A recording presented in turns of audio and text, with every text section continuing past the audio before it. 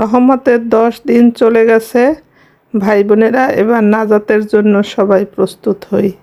আজকে আমার রান্নাঘরে থাকছে ভেন্ডি ভাজি আর ছোট্ট একটি ইলিশ মাছ ভুনা।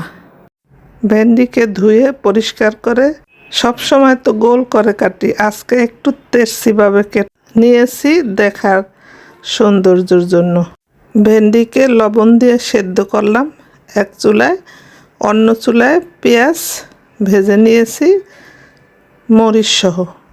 কারণ একসাথে পেঁয়াজ ভেজে ভেন্ডি দিলে একটু কালো হয়ে যায়, পেঁয়াজগুলো শেষে লেগে যেতে পারে, তাই আমি সবসময় ভেন্ডিকে লবণ দিয়ে সেদ্ধ করে পেঁয়াজের সাথে মিলিয়ে দিই।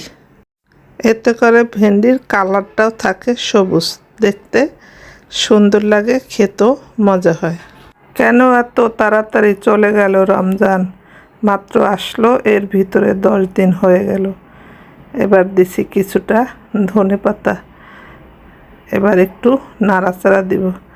হয়ে গেল আমার ভেন্ডি ভাজি। ওই চুলায় দিয়েছি ইলিশ মাছ ভাজা, একটি ইলিশ মাছ মাত্র 4 টুকরা।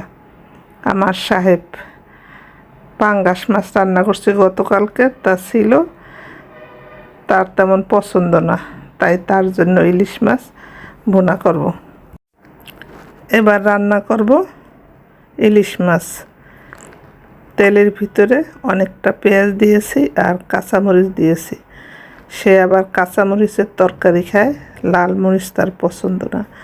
লবণ দিয়েছি, হলুদ মরিচ গুঁড়ো আর পানি দিয়ে আর একটি মাত্র টমেটো দিয়ে কষাবো।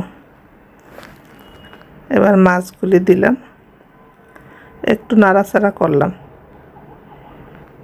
দিলাম একটু পানি। এই তো হয়ে গেল আজকের রান্না বান্না।